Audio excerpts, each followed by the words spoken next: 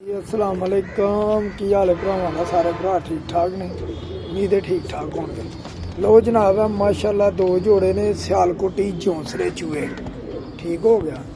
हड्डी जोड़ते भी माशाल्लाह अच्छे ने। आंडिया बच्चों की गारंटी है। जिस भरा इन्होंने कबूतरों का शौक है इधर अज बारिश हुई है थोड़ी जिन्नी इस वजह तो जरा ना थोड़े गंदे लग रहे हैं ठीक है। यह देखो माशाल्लाह ठीक है। इन्हें मादी ने भी बच्चे कढ़े हैं ठीक हो गया। मैं तुम देख सकते हो ठीक है। यह मादी है पर कुंदे की हड्डी जोड़ती पंजियां की हर पासों अच्छी है। दोनों सकियां भैनों ने एक है माशाल्लाह मादी है ठीक हो गया। देखो अखा का शौक भी मैं भरावां नूं करवांगा नाल ठीक है।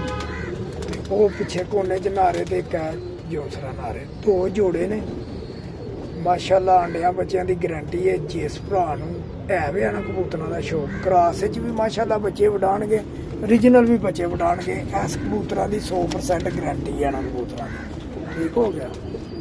तो मैं खुद रखे थे कबूतर ने क्योंकि ना तां बच्चे कड्ढे ने। देख लो जिस भरा शौक है वो राबता करके तो लै सकता ठीक है।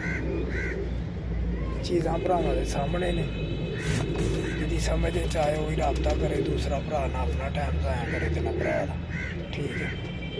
एक पत्थर के उत्ते माशाल्लाह पूछना होनगियां ठीक है। इस चीज़ की भी गारंटी है।